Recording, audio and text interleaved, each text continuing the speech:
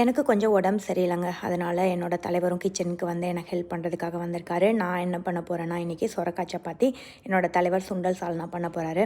சொரக்காய் சப்பாத்தின்னு first time நான் பேர் கேள்விப்பட்டோன்னே எனக்கு ரொம்ப க்யூரியாசிட்டி அதிகமாகிடுச்சு. என்னடா அது எப்படி இருக்கும் அப்படின்னு சொல்லிட்டு. ஆனால் இதுக்கு முன்னாடியே நான் பண்ணியிருக்கேன். அப்போலாம் வீடியோ எடுத்ததில்லை. இப்போ தான் வீடியோ எடுத்தேன். ஏன்னா நாங்கள் எங்கள் குரூப் ஆஃப் கேர்ள்ஸ் வந்து பேட்மிண்டன் விளையாட போவோம். ஒரு நாள் எதாச்சியாக பேட்மிண்டன் விளையாட முடிச்சுட்டு வரும்போது என்ன டின்னர் அப்படின்னு சொல்லி எல்லாத்துட்டையும் நான் கேட்டுட்ருந்தேன். அப்போ ஒரு ஃப்ரெண்டு சொன்னாங்க சொரக்காய் சப்பாத்தி அப்படின்னு.